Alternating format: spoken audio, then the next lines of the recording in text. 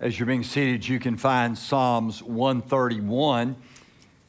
We have in the Bible the life of David for most of his life. We have early on as a teenager all the way through his death. He dies when he's about 70. So the Bible records about 55 years of David's life. And in the Psalms that we have been studying, this is our second Sunday morning series that we've been working on from the book of Psalms. And at the beginning of the year on Wednesday nights, we worked on the book of Psalms as well. So we've really looked at several different Psalms that cover different parts of David's life. This Psalm, Psalms 131, is really early in David's life. It's before he becomes king. Most of the Psalms are written after he becomes the king, but this is prior to him becoming the king. And I want to set up what I believe to be the background to Psalms 131. David is the youngest of 8 sons, and his father is Jesse. Jesse is a shepherd, a herdsman. He's from the Israelite tribe of Judah. And one day, the famous priest and prophet Samuel is impressed upon by God to go to Jesse's house, and one of Jesse's sons is going to be the next king of Israel. King Saul is the present king, and God says to Samuel, "You're going to find my appointed next king there in the household of Jesse." And so he goes to Jesse's house, and as usual, David is spending most of his time out in the fields with the sheep, and David's not even there. And so Samuel goes and he starts with the oldest of the 8 sons, and he's a good-looking guy, strapping, strong guy, and he thinks, surely this is going to be the next king. And God says to Samuel, no, that's not him. And he goes to the next oldest and to the next oldest, all the way through 7 of Jesse's sons, and each time God says, no, that's not the one that I have put my hand on. That's not the one I have anointed. Do you have any other sons? And Jesse says, yeah, I got one more. He's my youngest son. He's out in the sheep field taking care of the sheep. And I mean, you want me to go get him? And so they fetch young David. He's just maybe a young teenager. Fetch him back to the house. And God impresses upon Samuel that this is going to be the next king. This is going to be the next king of Israel. That's in 1 Samuel chapter 16. And 1 Samuel chapter 17 is the famous account in which David kills the giants. He kills Goliath. And then by 1 Samuel chapter 18, the next chapter, David has become, he's still just a young man, David has become this famous warrior. He's this great warrior, so much so that the people are declaring that King Saul has killed his thousands, but David has killed his tens of thousands. So he's very popular, even though he's just a young man. And it is, though he's already been appointed that he's going to be the next king, though he's already a great successful warrior, though he's very popular among the people, God tells David to wait. It's not time to take the throne yet. And it's during this waiting period that it's believed that Psalms 131 is written. Psalms 131 is really, it was probably first breathed by David just for his sake. It was just a prayer, a statement that he was just making for himself. Maybe he wrote it down just for his own benefit so that he wouldn't forget it, so that he would remember. Now, later on, it'll be used by the nation of Israel, but to begin with, it was probably just a private prayer. Now, if you've been in our study of Psalms, you know that there are many Psalms that David wrote intended to be used in public worship. It'll say it in the title that David wrote it for the choir director, assuming that the choir director would gather the choir, teach them this psalm or this song, and then they would sing it the next Sabbath worship service that they had. But that's not the case with this psalm. David's original intent, it was just a whisper from his heart to God. And later, the nation of Israel will grab a hold of it and they will use it in a public setting. Psalms 131, therefore, is an individual psalm about confidence due to being content in God. You know, today's Mother's Day, and Mother's Day brings up varied emotions. For some, Mother's Day is a good day. It's a happy day, good feelings, positive things, positive thoughts. For others, your mother has recently passed away. And this is a sad day for you. For some, you strongly desire to be a mother, and for some reason, you're not able to have children, and so this is a sad day for you. For others, when you think of Mother's Day, it's not pleasant thoughts at all.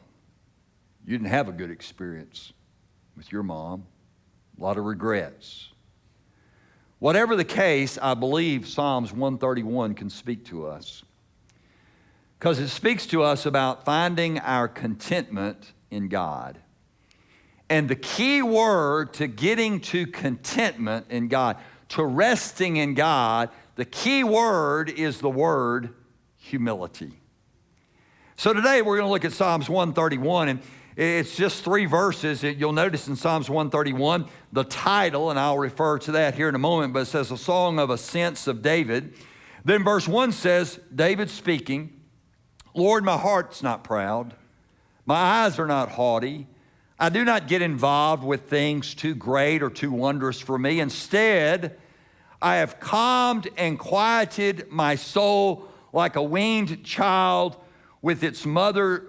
My soul is like that weaned child. Israel, put your hope in the Lord, both now and forever. Now, those 3 little verses really make 3 points for us in this message that I want us to look at, and I'm going to spend a lot more time on the first 2 than I do the last one. So let's look at the first thing in verse 1, and that is humility means there are certain things we are not. Now, I want you to notice in verse 1, David says some things he is not. If you look at verse 1, there are actually 3 things that he says he's not. So the first step in humility is to realize what you're not. So first he says in verse 1, he says, Lord, my heart is not proud. So the first thing is not proud in heart. The heart is the inner person. It's the inner character. It's really who I am. Eventually, it may take a while, but eventually my heart will come out on the outside. Eventually, people will know what my character is. But David says, I don't have a proud heart. That's the first thing about humility, is we must not have a proud heart. Secondly, the second phrase of verse 1, not haughty with our eyes. So it says, my eyes are not haughty. Now the Psalms moves from what's inside the heart to what's outside, and he's talking about posture. We would use the term, don't put your nose in the air. Don't walk around like you're better than everybody else. That's what it means by these haughty eyes. The Hebrew language actually reads in this phrase, his eyes are not lifted up. I like how the Message reads from Proverbs 30, verses 13 and 14. It says it like this, don't be stuck up. Don't think you're better than everyone else. Don't be greedy and merciless and cruel as wolves tearing into the poor and feasting on them, shredding the needy to pieces only to discard them. So this term, haughty eyes, means to be stuck up, to think you're something, you're a big deal. The phrase haughty eyes actually appears in one of the lists of the 7 things that God hates. There are several lists in the Bible. A couple of them are in the book of Proverbs, where it says there are things that God hates. One of those lists is in Proverbs chapter 6, and it says 7 things God hates, and one of those is this haughty eyes, this arrogant attitude. The third thing that we're not to have, found in verse 1, is not ambitious for self-promotion.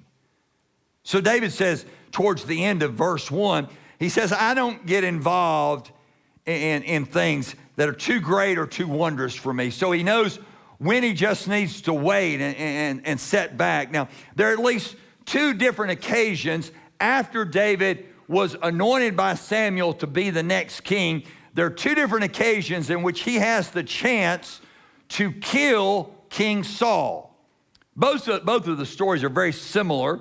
One of them's in 1 Samuel 24. The other one is in 1 Samuel 26. Both times, Saul and his erratic emotional condition, mental condition, turns on David, chases David out of the town. David is running for his life. Both times it backfires on King Saul, and David has a chance to kill King Saul. Now, if King Saul is dead, you would assume he's going to be promoted into the position of king. That's what you would expect. And both times, David resists that temptation because it wasn't God's timing. Now, David was young, he was good looking, he was smart, he was quick, he was the most popular person, but David stayed clear of such political meddling. It wasn't God's time, so David didn't try to have self-promotion and self-ambition. One of the most difficult things a young, talented person must learn, and we have many in this room, is to wait your turn. To wait until God is ready for you to ascend to the position. This is especially true when you're good and you know you're good. This is true when you're smart and you know you're smart. This is true when you're good looking and you know you're good looking. And there are young adults in this room and teenagers in this room that describes you, and there's nothing wrong with that. But when you try to take something that God is not ready for you to take yet, it will backfire. And David was smart, and he was young, and he was quick, and he was a great warrior, but he knew, I need to wait on God. Humility is important, especially when everybody else is whispering in your ear, you're better than the lead guy. I mean, that's what they were doing to David. They were saying to David, Saul killed thousands, but you've killed tens of thousands. So you're better than the king. Go ahead and take his life. We want you to be the king anyway. So be careful, whether it's in the church setting or whether it's in the workforce or whatever the setting is, when you have people whispering in your ear, you're better than the lead guy. Why don't you take it? Wait on God. He will give you the position when he's ready to give it to you. Now, by the way, there's nothing wrong. The Bible doesn't speak against titles or positions. David would become king. He would have that title. He would have that position. He would be successful. But remember, don't seek the position. Let God give you the position, not because you think you deserve it or not because you think you've earned it, but because God says now it's time for you to have it. The spirit of the world is always about getting ahead. You deserve it now. We've got a generation that they want what it took their parents 50 years to get. They want it in the first 2 years of their marriage, and they wonder why debt is so high in their marriage. Well, you need to wait your turn, wait and take things in an appropriate manner. We live in a day in which people want everything now. You know, my child deserves it. My child is always right. They deserve more playing time. They deserve all the best opportunities. They deserve all the breaks. I want to remind you of the story of Moses in the Bible. Moses, for the first 40 years of his life, was trained to be somebody. He was trained to be somebody in the best school of training in that day by his adopted father, the Pharaoh, who trained him in the Egyptian universities. He was trained to be somebody of importance and significance, and it led him to be a hot-tempered man that killed somebody and had to run for his life. God got a hold of him and spent the next 40 years teaching him to be a nobody. And so there Moses is on the backside of a desert. Nobody knows him. He's insignificant. He's obscure. And God spent 40 years teaching him to be nobody. And after God taught him to be nobody for 40 years, God turned him into somebody. Keep that in mind. When you've got a position that you want, just be sure that you wait until God brings it to you. Normally, he's going to teach you humility before he gives you that position. It was the football season of 1988. I know that's extremely dating me. I was the lowest assistant coach at Center, C-E-N-T-E-R, not S-I-N-N-E-R. I want to make that perfectly clear. Some of y'all spell that out later and get it, okay? I was the lowest assistant coach at Center, Texas, to head coach Jim Bryant. In my coaching career, which was very brief, I was always the lowest assistant coach. I remember him telling us coaches this story one day. By this time, Coach Bryant was in his late 40s, early 50s. He had a daughter and a son-in-law my age, so he was old enough to be my father. Most of the coaches on that staff were young, and he told us this story about when he was a young coach. They had gone to a coaching clinic, and they were all in a room. These young coaches were in a room, and they were having a chalk football game. Google what chalk means, okay? A chalk football game, and a chalk football game is really easy. Whoever's got the piece of chalk last wins. I mean, that's the way a chalk football game works.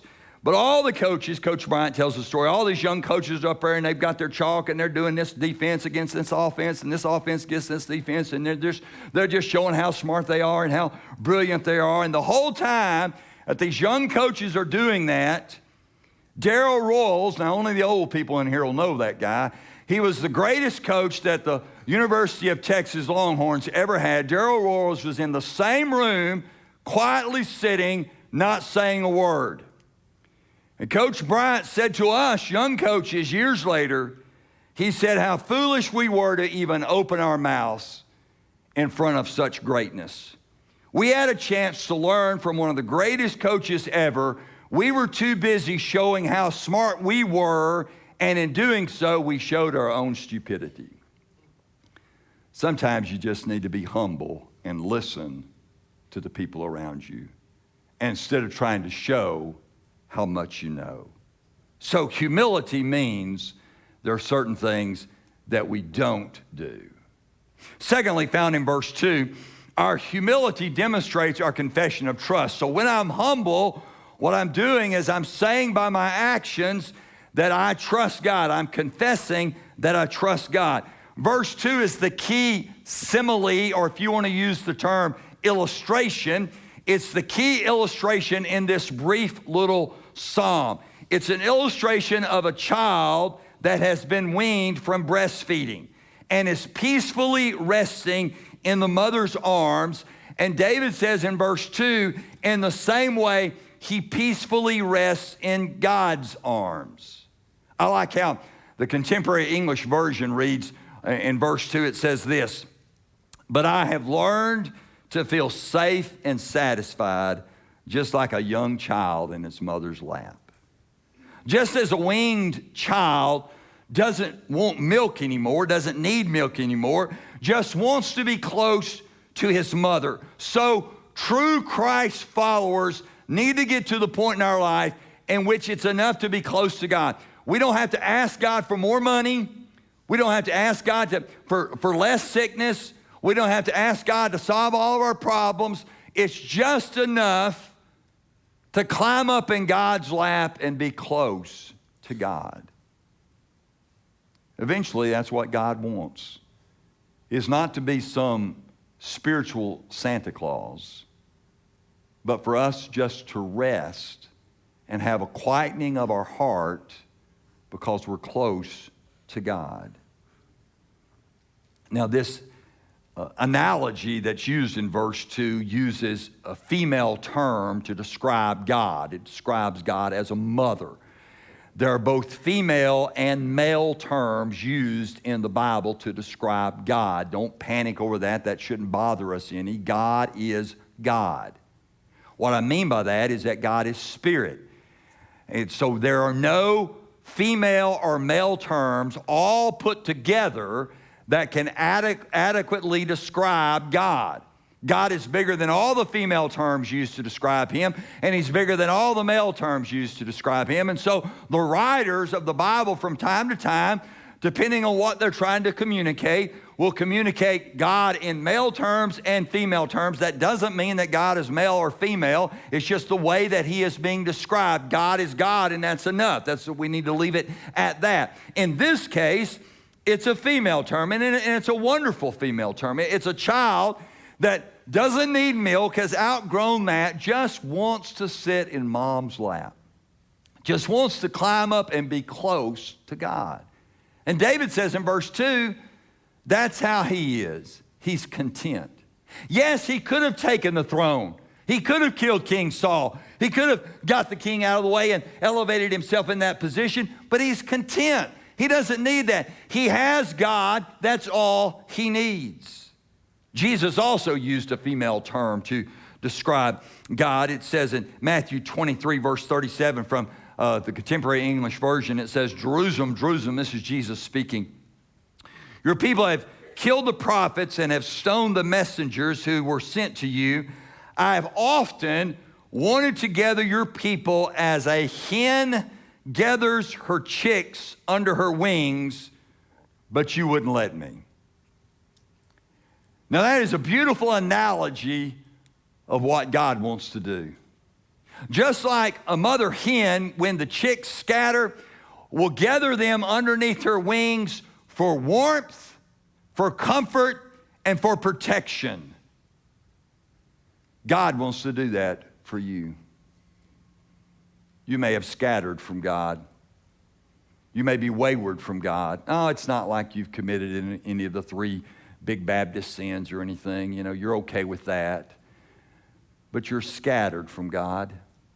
You'd have to admit right now that you're not where you need to be spiritually. And God is like this mother hen with you scattered. He's wanting to bring you up close for warmth, for comfort, and for protection. And God wants to do that today in your life. So Psalms 131 verse 2 shows us how David enjoys his walk with God, and it quiets his spirit. He trusts in God. He doesn't need a position or a title because he has God. It is unclear the age of the child that is referred to here in verse 2, and that's really not the point. They didn't wean children back then until they were 3 or 4 years old, but the point is not how old the child is. The point is the position the child is in.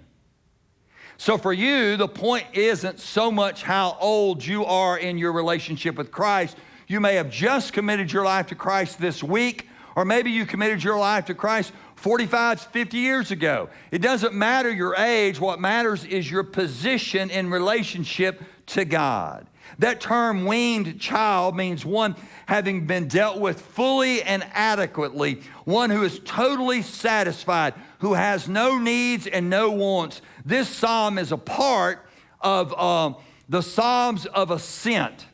If you look at the title, which is in italics at the top of that chapter, you'll see it says a song of ascents. They actually begin with chapter 120 and they go to chapter 134. There are 15 of them, a particular type of psalm. They're all called the Psalm of Ascent.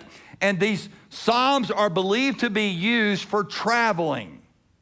I hope to actually do a series on these sometime this summer.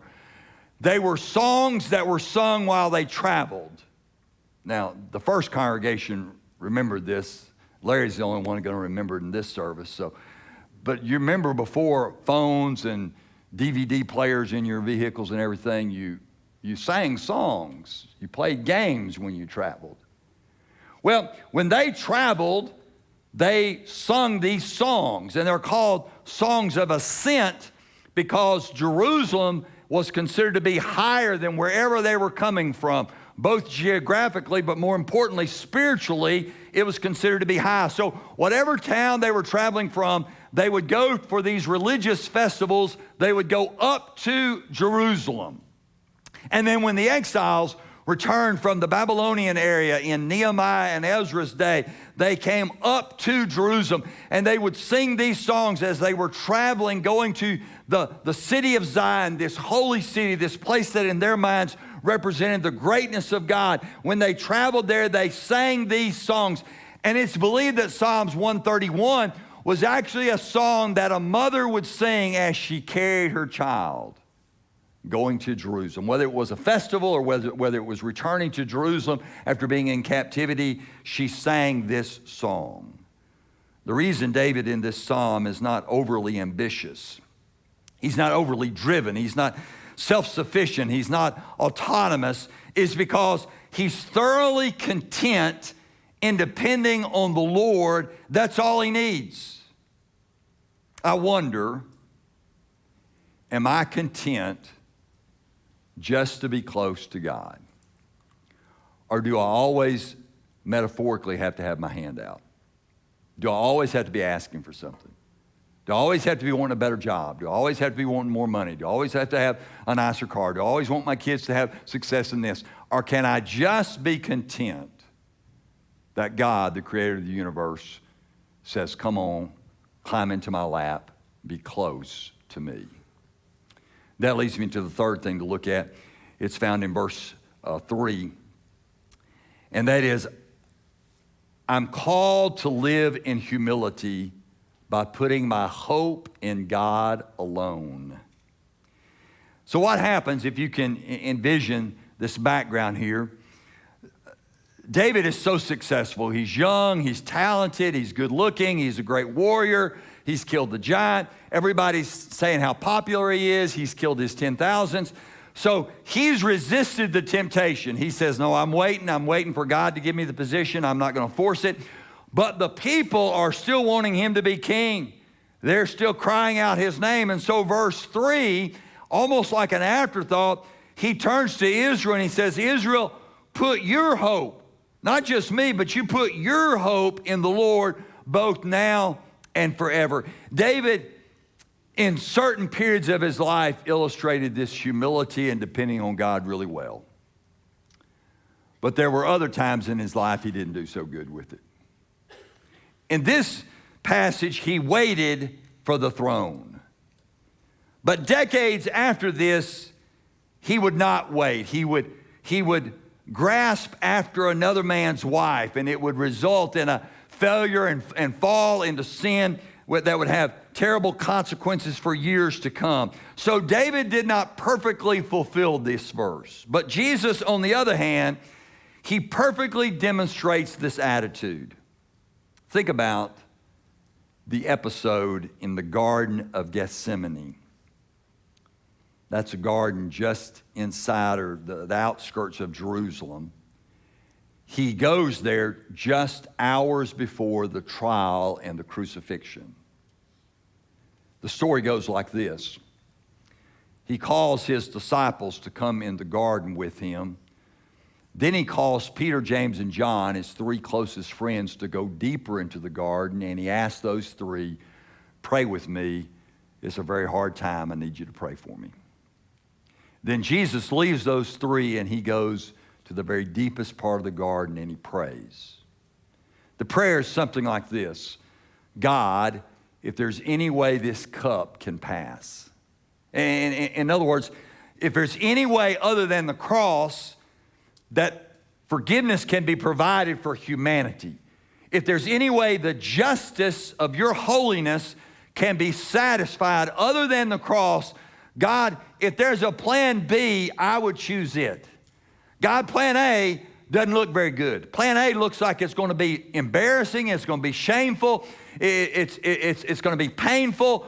God, if there's something else, do you have a plan B? And then he closes out the prayer, and the implication is he prays it 3 different times. He closes out the prayer each time, humbly saying, but Father, your will be done, not mine. Now that's a perfect example of humility. I wonder, could I step back for a moment in my life, and instead of trying to see what I want and what I deserve and what I should get, if I could step back and say, God, your will be done, not mine. As Jimmy makes his way to the front, I want to close out with a final analogy, illustration. Jesus challenges us to take up a childlike faith as well.